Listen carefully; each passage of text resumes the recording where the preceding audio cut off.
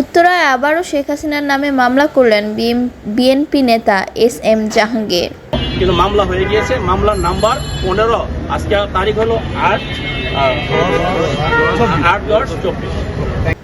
2015 সালের 19 এপ্রিল উত্তরায় ঢাকা উত্তর সিটি কর্পোরেশনের নির্বাচনী প্রচারণায় বিএনপি চেয়ারপারসন বেগম খালেদা জিয়ার গাড়ি বহরের হামলার ঘটনায় উত্তরা পশ্চিম থানায় মামলা দায়ের করেছেন কেন্দ্রীয় যুবদলের সাবেক সহসভাপতি ও বিগত উপনির্বাচনে ঢাকা 18 আসনের বিএনপি মনোনীত প্রার্থী জনাব এস.এম. জাহাঙ্গীর হোসেন।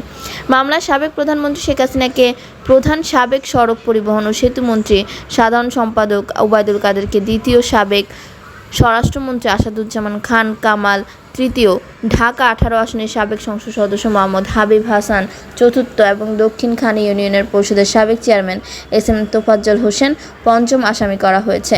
মামলায় সর্বমোট 82 জনকে আসামি করা হয়েছে এবং অজ্ঞাত 200 থেকে 300 জনের কথা উল্লেখ করা হয়েছে। এ বিষয়ে এস.এম. জাহাঙ্গীর বলেন, সে সময় আমরা এর কোনো ন্যায় বিচার পাইনি। আমাদের মমতাময়ী মা দেশনেত্রী খালেদা জিয়ার হত্যার উদ্দেশ্যে তার উপর হামলাকারীদের আইনের আওতায় আনার জোর দাবি জানাচ্ছি। এ বিষয়ে উত্তরা পশ্চিম থানার অফিসার ইনচার্জ হাফিজুর রহমান বলেন, আমরা মামলাটি অলরেডি রুজু করেছি, যার নাম্বার 15।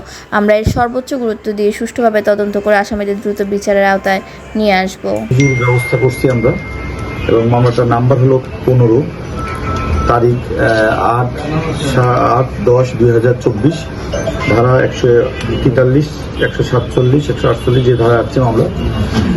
এবং মামলার কপিটা আমরা কিছু সময়ের মধ্যেই, কারণ এগুলো রুজু করতে একটু সময় লাগে, আমরা বলে প্রতিনিধির কাছে আমরা দিয়ে দেবো মামলার কপি। এবং মামলার নাম্বারটা বলেছি 15 নম্বর মামলা।